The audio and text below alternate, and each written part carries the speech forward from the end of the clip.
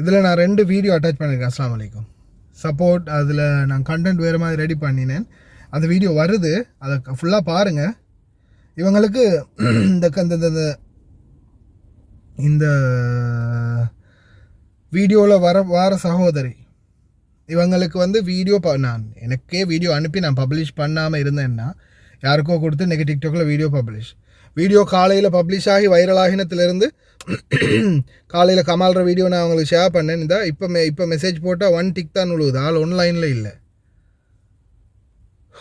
என்ன நடந்துச்சுன்னு தெரிய மாட்டேங்குது. 6 மாதம் சம்பளம் கொடுக்கலன்ற பிரச்சனை. ஃபுல் வீடியோ நான் இதில் அட்டாச் பண்ணியிருக்கிறேன். இப்போ நான் கடைசி சிங்கிள் வீடியோ ரெடி பண்ணிகிட்டு இருக்கும்போது தான் இந்த இவங்களுக்கு மெசேஜ் ஒன்று சரி போட்டு பார்ப்பேன், என்ன ரிப்ளை ஒன்று எங்கள் காணுமேன்னு பார்த்தா கமால்ற வீடியோ டபுள் டிக் விழுந்துச்சு. அதுக்கு பிறகு இப்போ அனுப்பினா ஒரு சிங்கிள் டிக் தான் இருக்குது, ஆஃப்லைனில் இருக்குது வீடியோ. அவங்களோட வாட்ஸ்அப் என்ன ஆச்சுன்னு தெரியலை. இதுக்கு தான் படித்து சொல்கிறது, வீடியோ போட்டு தொலையாதீங்க, வீடியோ போட்டு பப்ளிஷ் பண்ணாதீங்க. முதல்ல பிரச்சனைக்கு சுமூகமாக ஒவ்வொரு லீகலாக தீர்வு எடுக்க பாருங்கள். வீடியோ போடுறதால வீடியோ பப்ளிஷ் ஆகிறதால கடைசியில் உங்களோட உயிருக்கே ஆபத்து வரலாம்னு சொல்லவே இல்லை. ஃபுல் வீடியோ பாருங்கள். மிரண்டதாக தான் சாவரத்துக்கு ஐடியா பண்ணுறீங்க. அஸ்ஸலாமு அலைக்கும் வரஹ்மத்துல்லாஹி வபரகாத்துஹு. அன்பார்ந்த அனைத்து உறவுகளுக்கும் இனிய மதிய வணக்கம். வீடியோ சரியா, இந்த வீடியோ வந்து முதலாக இவங்க அனுப்பி வச்சது எனக்கு தான். இப்போ தான் சோஷியல் மீடியாவில் இந்த வீடியோ வந்து பதிவாகி பப்ளிஷ் ஆகி போயிட்டுருக்குது. இந்த சகோதரியோடைய பிரச்சனை 6 மாதமாக சம்பளம் கொடுக்கல அப்படின்னு. எங்கடா அது வீடியோ காணும்? இதாக இருக்குது. இப்போ எனக்கு ஒரு சகோதரி இதை அனுப்பி வச்சுருக்காங்க டிக்டாக்ல. இந்த டிக்டாக் வீடியோ பதிவாகிறதுக்கு முன்னாடி ஆல்ரெடி எனக்கு இந்த வீடியோ வந்து இவங்க பர்சனலாக சென்ட் பண்ணிட்டாங்க. வீடியோ போட முடியலை, வீடியோ பப்ளிஷ் பண்ண வேண்டிய அவசியம் இல்லை. நான் சொல்லியிருக்கேன் சில விடயங்களில் வீடியோ பப்ளிஷ் பண்ண வேண்டிய அவசியம் இல்லை. லீகலாக சரியாக ஆக்ஷன் எடுத்து அதுக்குரிய வேலைகளை செய்யலாம். ஆனால் இந்த சகோதரிக்கிட்ட என்னென்னு பார்த்தா பாஸ்போர்ட் காப்பி இல்லையா. விதேச சேவாவில் போய் கம்ப்ளைண்ட் பண்ணுறதுக்கு பாஸ்போர்ட் காப்பி ஒன்று இல்லையா. பாஸ்போர்ட் காப்பி இல்லாமல் என்னதுக்காக நீங்கள் புரியலை எனக்கு. வெளிநாட்டுக்கு வராங்க, ஒரு பாஸ்போர்ட் காப்பி, ஆஃப்டர் ஆல் ஒரு பாஸ்போர்ட் காப்பியை சரி பத்திரப்படுத்த முடியாதா? வெளிநாட்டு வேலைவாய்ப்பு பணியகத்தில் போய் கம்ப்ளைண்ட் எல்லாம் எழுதிட்டாங்க. கம்ப்ளைண்ட் எல்லாம் எழுதி எல்லா டீட்டெயில்ஸையும் அட்டாச் பண்ணின பிறகு கடைசியில் அங்கே பாஸ்போர்ட் காப்பி எங்கே அப்படின்னு கேட்கும்போது பாஸ்போர்ட் காப்பி இல்லையா, எக்ரிமெண்ட் காப்பியை கொடுத்துருக்குறாங்க. அதுக்கப்புறமா பாஸ்போர்ட் காப்பி எடுத்துகிட்டு வாங்க அப்படின்னு சொல்லி அனுப்பியிருக்கிறாங்க விதேச சேவாவில், அதாவது பீரோவில். வெளிநாட்டுக்கு வர நீங்கள் ஒரு பாஸ்போர்ட் காப்பியை சரி பத்திரப்படுத்த தெரியாதா?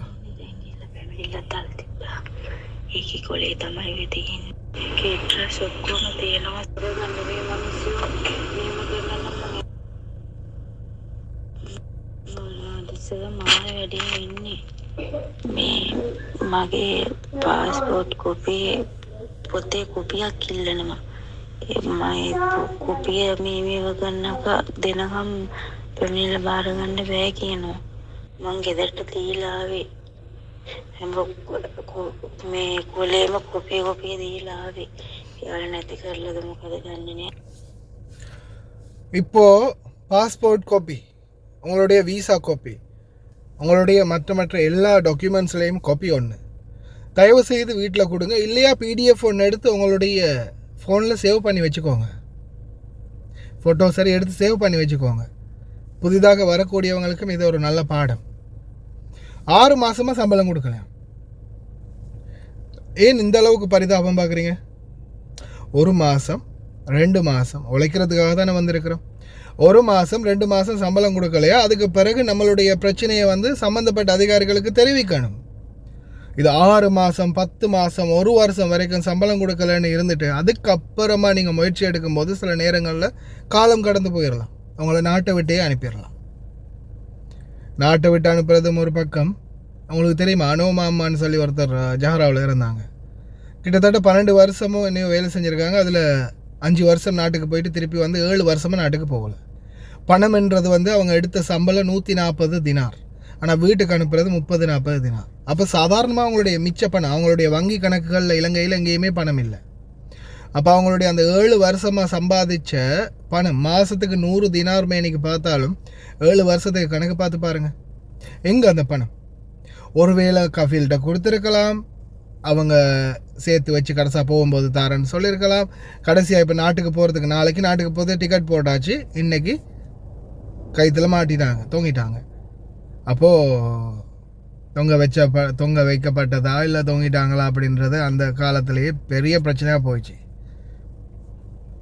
கடைசியில் நான் கஃபீலோட பேசி அவனும் சரியான ஒரு இதுக்கு வரல, குடும்பங்களும் பெருசாக அந்த அளவில் அம்மாவை பற்றின ஒரு இது இல்லாமல் கனெக்ஷன் இல்லாமல் தான் இருந்தாங்க. காசு வந்தால் போதுமன்ற நிலைமையில் இருந்தவங்களாக தான் இருந்தாங்க.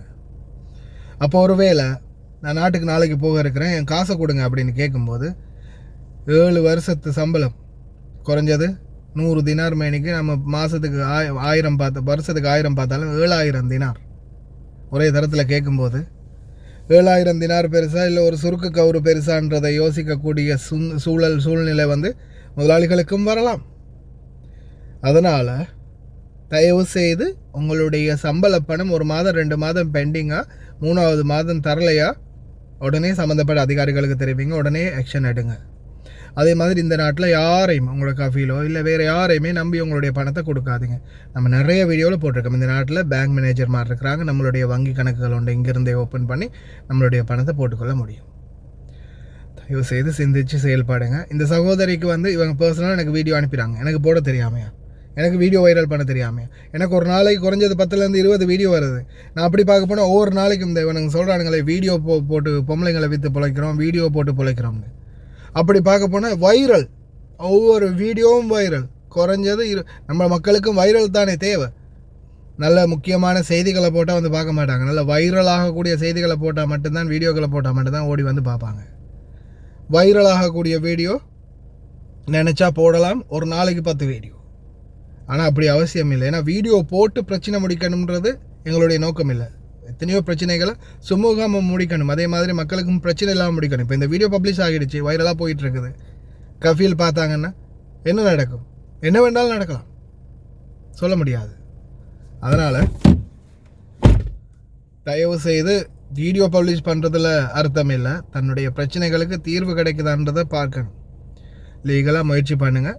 தூதரகம் இருக்குது, வெளிநாட்டு வேலைவாய்ப்பு பணியம் இருக்குது, இந்த நாடுகளுடைய சட்டம் இருக்குது. முயற்சி பண்ணினா நிச்சயமாக சொல்லுவாங்களே, முயற்சி உடையார் இகழ்ச்சி அடையாருன்னு.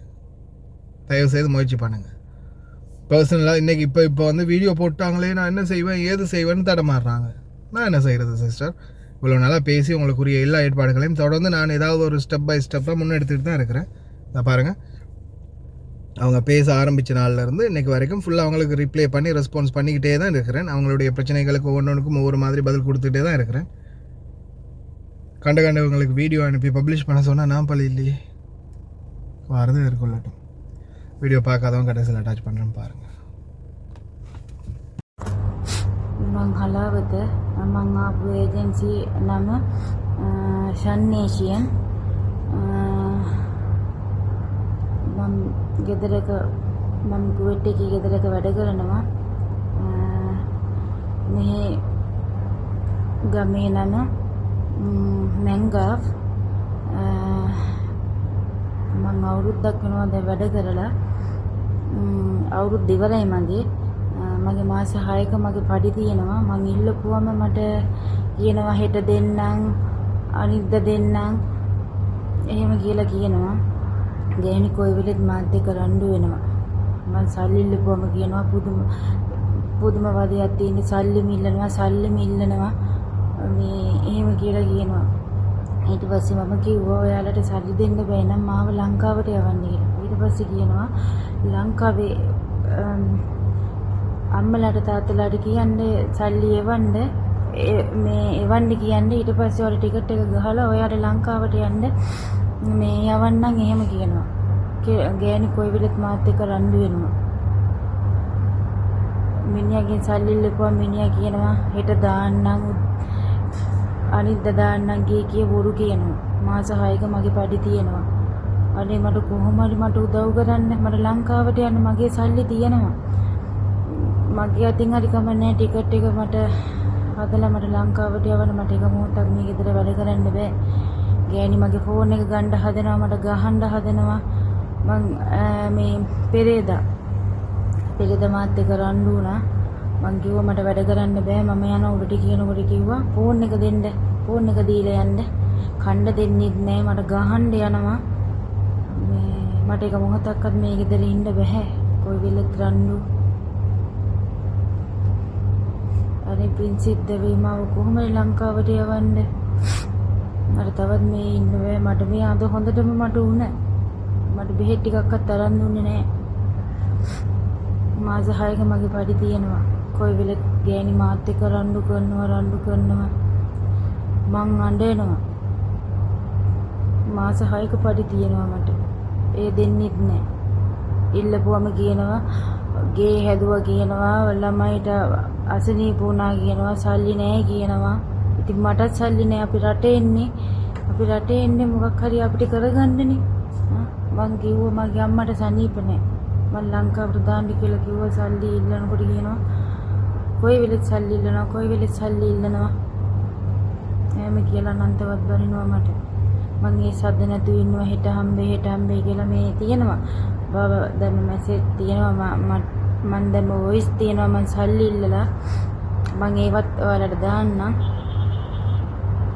අනේ පිච්චිත් දෙවි මාව ලංකාවට යවන්න මට මේක මොහොතක් මේ ගෙදර ඉන්න බෑ යාළුවා දැන් මට ගහන්න හදනවා කොයි වෙලෙත් මට බනිනවා මං ඒත් ඉවසන මං අඬනවා මම වගේ වැඩ ටික කරගෙන මං ඉන්නවා මේ රැට ඇවිල්ලා කාමරේටත් ඇවිල්ලා මං ඒව මතක් කර මම අඬනවා මට කොහොම හරි මට ලංකාවට යන්න දෙන්න උදේ 6ට ගියොත් 11-12 වෙනකන් වැඩ ඊට පස්සේ මං අහනවා මට යන්න පුළුවන්ද කියලා ඒත් මම රැ වෙනකම් මම වැඩ අනේ පුළුවන් නම් මට උදව් කරන්න මට ලංකාවට යන්න ප්ලීස් පින් සිද්දවි